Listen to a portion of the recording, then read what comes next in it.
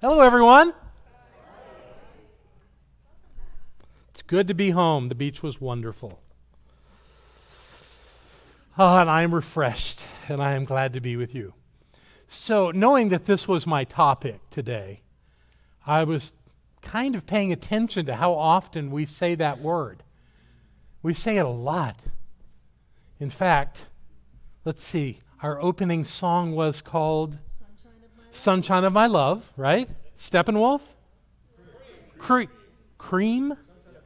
Sunshine of Your Love. Okay, well, love was my point. Let's see. We had our what we call opportunities and activities, which other people would call announcements, and there was love mentioned a number of times in that, in our opening treatment, in our, let's see, our welcome and our treatment for freedom. Love was spoken. Our sing-along, which was called Swing Wide the Doors. Love was all full of that. The affirmation had love all over it. Then we sang There's Only Love. And then we had our spiritual mind treatment by Betty. Thank you. That was beautiful. And you spoke of love. Then our gift of music was In the Name of Love, right? It's like we say this a lot. I want to talk about it. And I have a number of reasons that I want to talk about it. I'll start with a poem, though, so you can get the point of this. This is Hafiz. The subject tonight is love. And for tomorrow night as well. As a matter of fact, I know of no better topic for us to discuss until we all die. Okay, so I'm on the right path.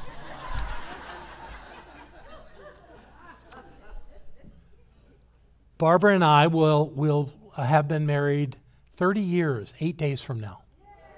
Yeah. That's right. Acknowledge this woman. 30 years of me.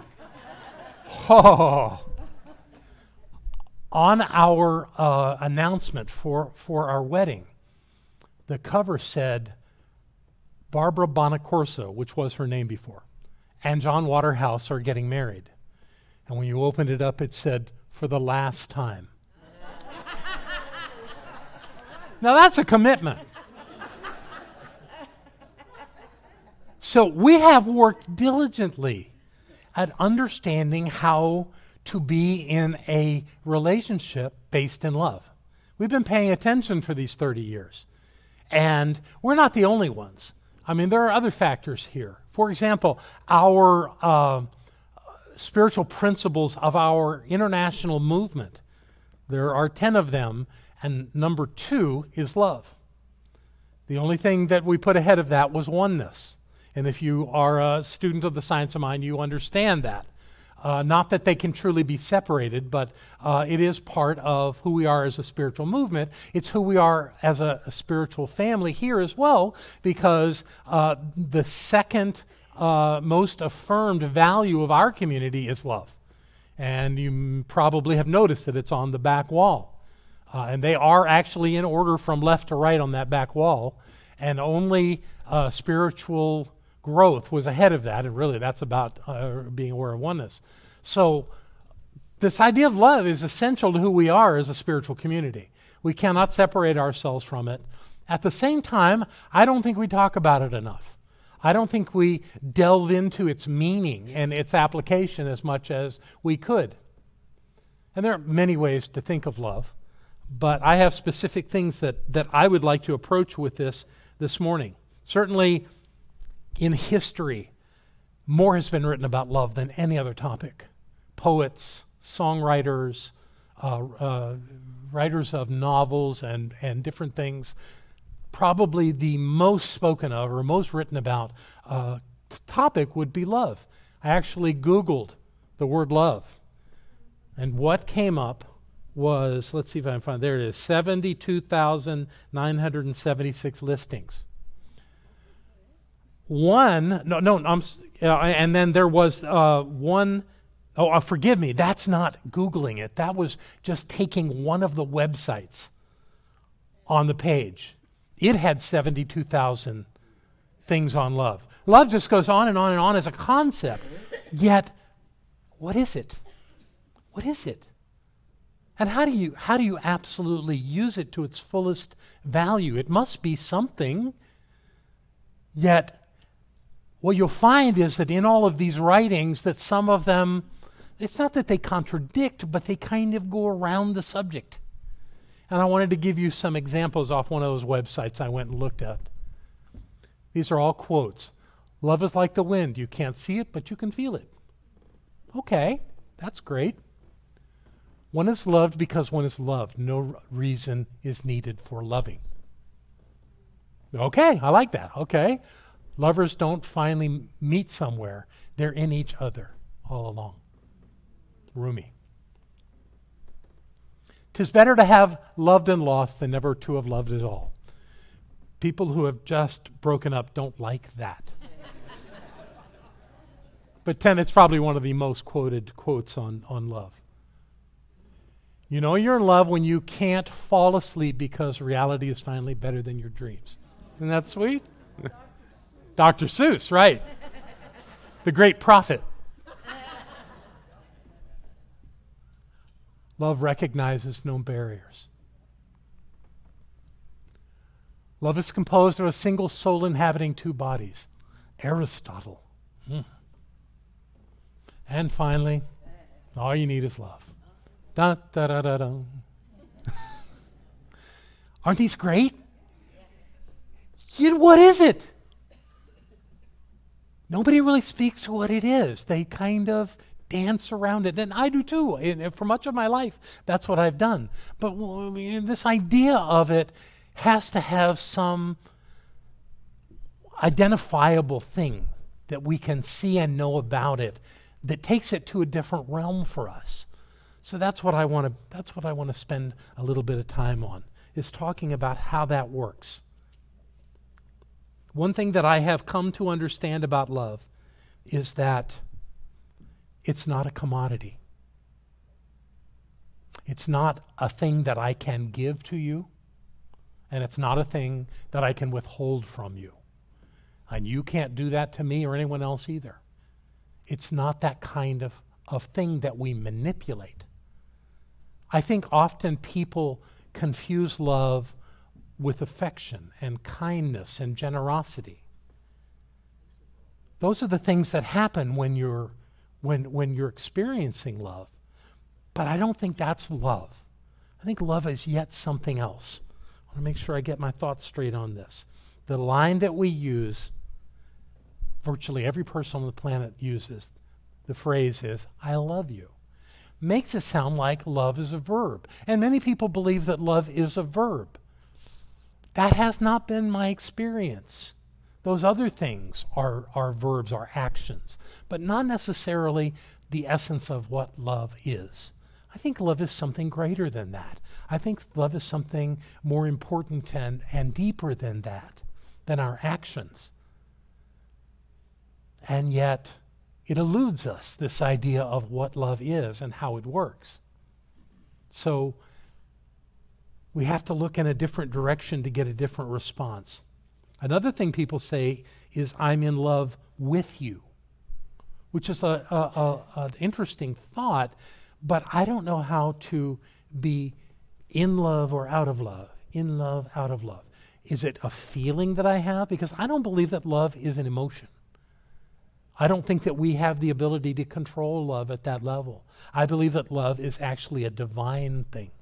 And of course, the Greeks had different words for different kinds of love. But I think a lot of that wasn't love that they were talking about.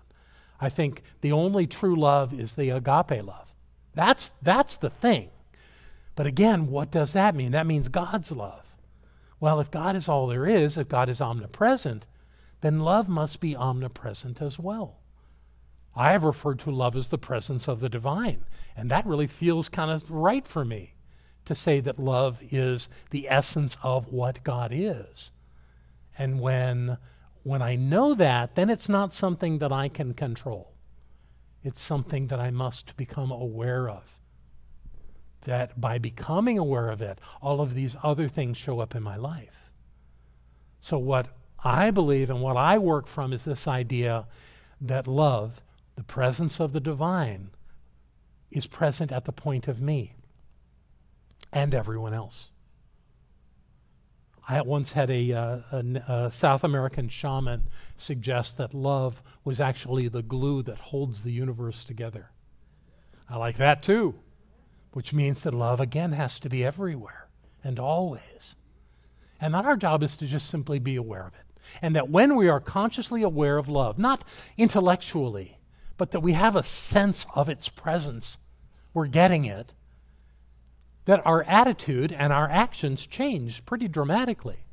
When we are mad at someone or afraid of something, we're not experiencing love. We're not aware of that presence. It has not eluded us. We have closed ourselves to it. So the real work is to be aware of love in our lives at all times. And when we are, things look different. You know, there's always that, not always, but in most relationships, when a breakup happens, when two people have joined together in marriage or at least in a very close relationship, and then they choose to go their separate ways, a lot of times there's a lot of anger and hatred that comes immediately. Why would that be? How do you go from loving someone and feeling that incredible intimate connection to this son of a gun is like the worst blah, blah, blah in all of creation, and they will never see their kids again?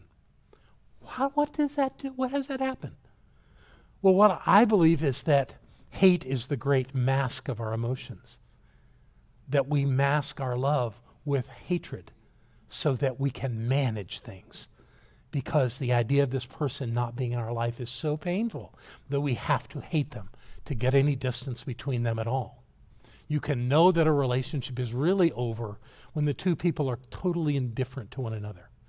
When they come to their child's wedding or graduation or whatever the event might be, and they're cordial, but they got nothing on each other.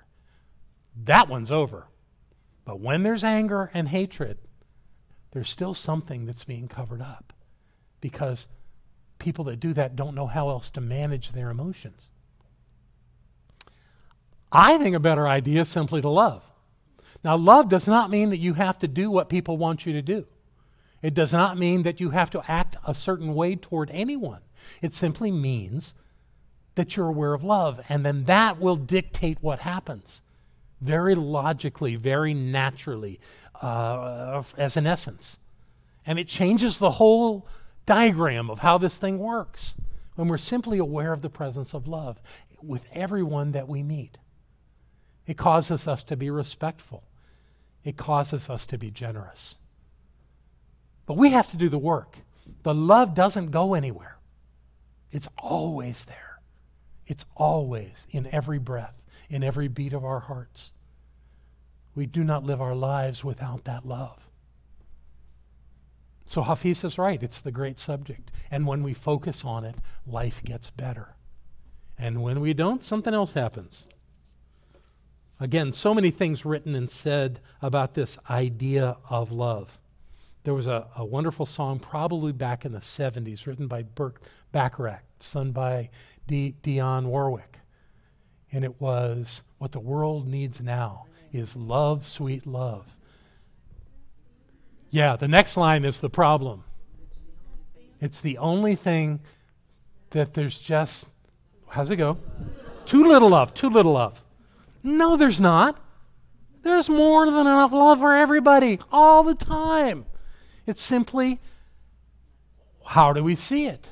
So don't fall into that trap of that, very sweet and catchy song. Stick with the one that we sing here, the Karen Drucker song. There is only love. There is only love. Love that heals, love that sets us free. There is only love. Now, what I would add to that, although it doesn't work in the lyrics, is being aware of love is what heals us. Being aware of love is what sets us free. When we know that is present, and it is always present, we act differently. We heal ourselves. We take care of ourselves and those around us that are so important to us. So thank you, Karen Drucker, for that. So here's where I want to go with this. today is I want to talk about that idea of being in an intimate relationship. It is not the only way to experience love. Yet it's a way that we as human beings often do it. And if you're sitting there going, well, yeah, but I'm not in a relationship, don't hold on to that thought. There was an interesting little piece on the news last night where two people in their mid-80s met in a retirement community and got married. It was adorable. Yeah. Seeing him with the ring, trying to figure out which was her ring finger. It's charming. It was just lovely. And you could see the look on this woman's face. And when she said to the interviewer, I never thought I would love again. And yet here I am. So don't get caught in the idea that you won't or can't or shouldn't, because that's not true. The only one that can stop you from having that heart connection with another is you. So just know that if that works for you. And if you don't want that, that's absolutely fine. You don't need it to live a full, rich life. We're all doing that simply by being aware of love. Well, what I'm going to do is take you through some ideas around those personal intimate relationships and how doing things a little differently than our society, our culture normally would do it might really help. See, we live in a time where the most important thing seems to be that I'm happy. And we're still, not us, but those folks that aren't with us right now, seem to think that it's their partner's job to make them happy. I find that to be a flawed concept. And here's some ideas that will help us work around that. These are ideas that Barbara and I have been working on for the past 30 years. Never, ever make your partner wrong. He or she is a free spirit and has the right to express whatever they choose. Don't make them wrong. Don't blame them for what's going on in your life. That's your life. And although there's this lovely connection that happens between people who have that intimate connection in their lives, it does not control who you are. You must still bring yourself fully present to that relationship and to life. And making the person that you've chosen to live with and to have that connection with wrong, to blame them for anything, is a scourge on your life, not theirs. Trust that your partner has noble intentions and heartfelt sincerity, even when you disagree with their position. That's a starting point. That's a starting point that I know that you didn't say that to hurt my feelings. My feelings got hurt, but that was my doing, not yours. The idea that they could do something to you just misses the whole boat. Now, if you think that your partner can do things to you to hurt you, then you're creating a scenario where they can. And that'll get in your way too. That'll stop you from having the experience with them that you're seeking. At least that I'm presuming you're seeking. So disagreeing with your partner is not a bad thing. To have differences of opinion is a natural, normal state of affairs. I've thought about that idea of two people being born. Now, Barbara and I were born just miles apart from each other and only 8 days apart. Yes, she's 8 days older than I am, so clearly I was looking for her. But in most cases, people grow up in different cities, they go to different schools, they have different friends, they have different experiences, and at some point their paths cross. Now, Barbara and I are very clear that had we met when we were in our 20s, it would never have worked. We had much more work to do on ourselves before we could be ready to be together. I should speak for myself mostly in that regard. But when we did meet, we definitely had a connection. And I do not faint away from saying that at the time, Barbara was married to someone else.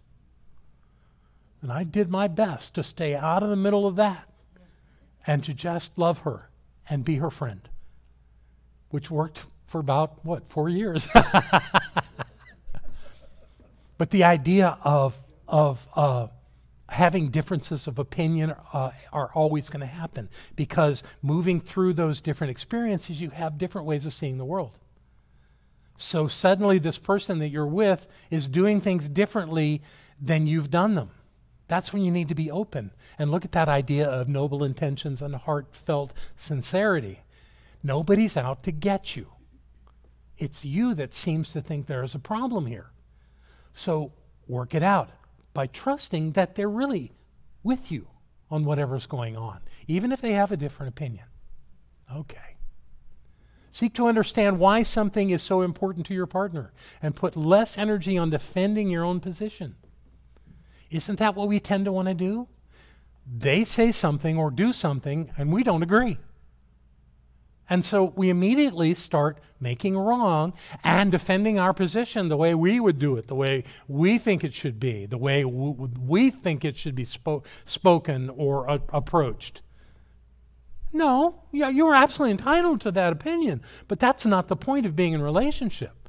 The point is to recognize that it's important to your partner what they're feeling, what they're experiencing. You don't have to agree with them. In fact, I encourage you not to agree with them just because they feel that way. That's codependent. No, but listen to them. Listen and consider that where they are is real for them. Beyond an intimate relationship, I have had great success with this around politics. Everybody doesn't have to agree with me. It's good that we have differences of opinion, that we see things differently. It's good that some people want to do it one way and some people want to do it and when I listen to them speak on TV, I don't want to suggest that I'm always good at this, but I'm getting better at going, I see why they see it that way. I don't agree, but I get it. And that allows them to be okay. It allows me to be okay. It works in a relationship as well. Choose to acknowledge your partner every day. Be aware of something you appreciate about them and say it out loud. I love your laughter. When you laugh, my heart opens up. And I wouldn't know how to be anything but happy in that moment. Yeah. I've said that to her many times. She's familiar with that phrase. That's all it takes. And what you're doing is not just loading your partner with compliments. You're remembering why this is so important in your life. You're remembering why you've chosen this path with this person. Because they make a difference in your life like nobody else could. It's important. It keeps that awareness of love alive and strong. Remember that your partner will always be true to their nature more than they will be obedient to your expectations. Just take a moment to take that in. Of course you have expectations of your partner. It's a natural thing. You expect them to do it the way you would do it. That's just natural. But it's also very dysfunctional. Yeah, all the pictures are being taken of it now. It's dysfunctional to expect someone to do it your way. If you really don't like why they do it, how they do it, why they do it, ask them, why is this so important to you? Going back to one of the other statements I had up here. Learn about them from it. They're not a bad person. You love them, right? But you got to ask. You got to be open to letting it be okay. But understanding is such a powerful and healing thing. When we understand why someone does something, even if we wouldn't ever do it ourselves, it helps us be in balance. It helps us be a better partner in a relationship. If you forget these things and get upset with your partner, remember that it is your upset, not theirs. And don't try to goat them into an argument just because you're upset. Because there's work to do. The fact that you're upset tells you right up front there's work for you to do. Now maybe you need a witness, and I know no better witness in my life than Barbara. But The person that I make my promises to are me. And she's my witness most of the time. That's how we do it. We don't get upset at our partner for who they are. And we don't simply accept the things that they do without questioning or seeking more information. But when we do, we're in a better chance of getting where we want to go and fully utilizing this person's presence in our lives, because they are the presence of God, no matter what. Don't keep score on who has done what in your relationship. Instead, focus on what's most important to you and what you can bring to your relationship today. That's the focus. There's absolutely no value in saying, well, I did this for you and then you didn't do that for me. That's not how it works. Don't keep score. You'll get lost in it. It'll become an albatross in your life if you somehow think that you're giving more to the relationship than they are. Be joyful that you have someone who will receive that adoring attention from you, because they had choices too, and they chose you. Don't make them wrong. Let your relationship stand on its own without comparison. Never see other relationships as better than yours. That's a little game that some people play. And I've had countless people say that to me. Oh, I want to be in a relationship like you and Barbara. I want my relationship to be as healthy as yours. Don't do that. Don't do that. Don't make your partner wrong because they're not doing what Barbara does or what I do. That won't help, or anyone else. Work on your relationship. And when you're working on your relationship, and I could talk to you for half an hour about the concept of relationship. What is it really? Because there's you and me, and I'm not going to go there right now, though.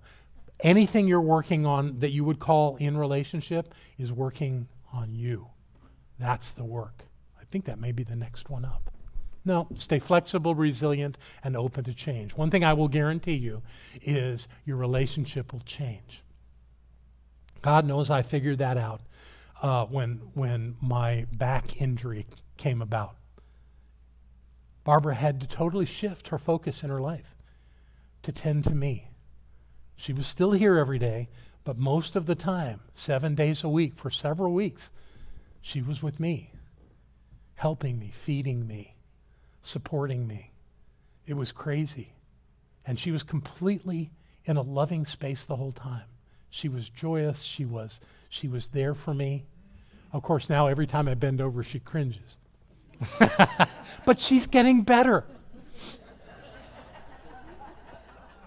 Nothing stays the same, so don't get caught in a place where you think things need to remain the same.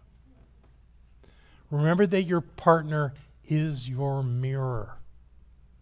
If you don't like what you're seeing, look inside yourself for what's ready to be healed. It wouldn't bother you if there wasn't something in you that needed to be healed. Now, I'm not suggesting here that every relationship should stay for your entire life. As my colleague Michael Beckwith once said, that all relationships are for a season, a reason, or a lifetime. You get to choose. So I'm not suggesting all of this that you stay with the same person indefinitely. I think many of you probably will, but if it happens that you see yourself going separate ways, bless that person. Bless that person. Thank them for all the good they brought into your life, even when you couldn't see it. Because that's the truth. Because whoever they are and whatever they did, they're the presence of God, just like you. And from that understanding, you will be aware of love, and your life will be rich and meaningful. Always choose to be happy and aware of love rather than any need to be right. That's an old adage, but it really works. A need to be right is ego-based. Being aware of the presence of the divine as love in your life supports you being the full-fledged spiritual being you've come to be, the one I know you as, in every way.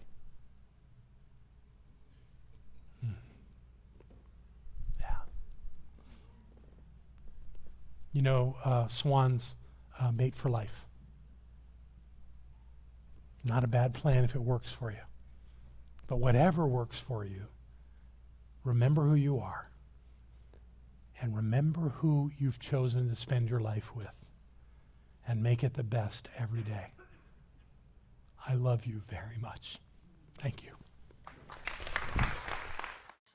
Hi, I'm Barbara Waterhouse. And I'm John Waterhouse. Thank you for watching this message today.